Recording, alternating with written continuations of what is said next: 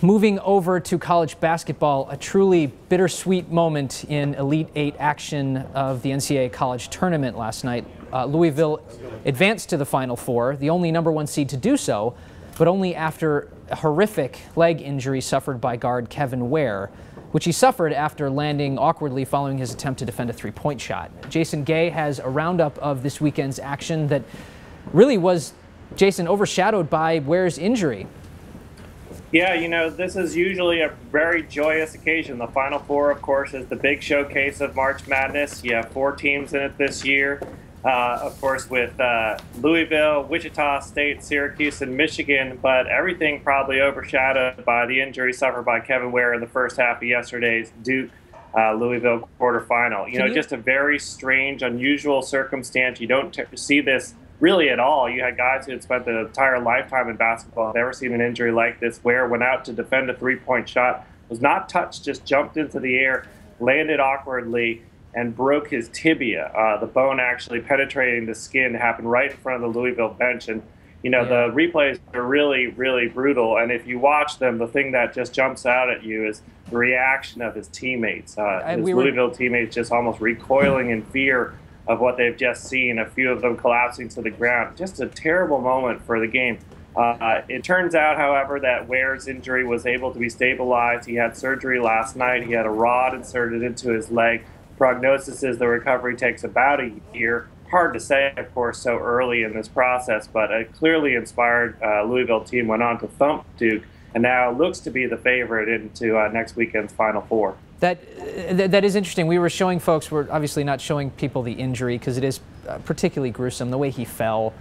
But what we did show people was the reaction from some of his teammates. And it happened right in front of their bench. So they were 2 or 3 feet from this happening.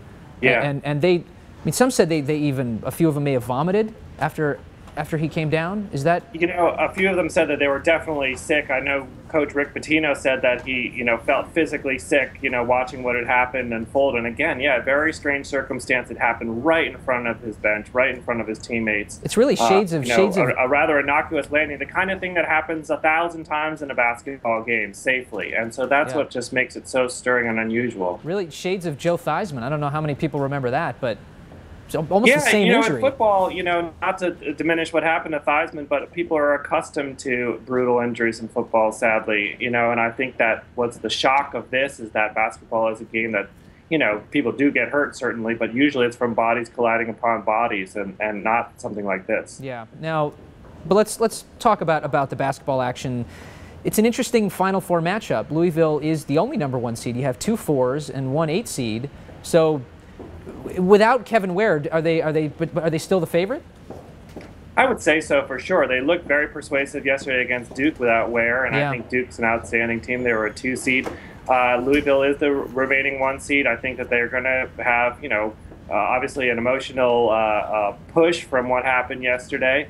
They're returning to Kevin Ware's second hometown. He was born in the Bronx but raised in Atlanta.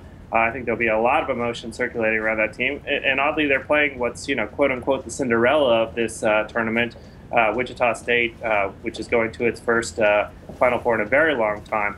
That game ordinarily would be probably viewed through the prism of the Wichita State Shockers, but of course, because of what happened to Kevin Ware, it's going to be really all about Louisville. Yeah, well, the good news is, like you said, the prognosis sounds like a full recovery, and he's expected to be back next year for them. It is, yeah, no, it's a remarkable, you know, how sports orthopedics have advanced. You know, it's certainly going to be a long road for Kevin Ware, and who knows if he'll be able to return to the player that he once was. But I think a lot of people are going to be rooting to see him return to that stage. Okay, Jason Gay, thanks so much for joining us this morning. Thank you.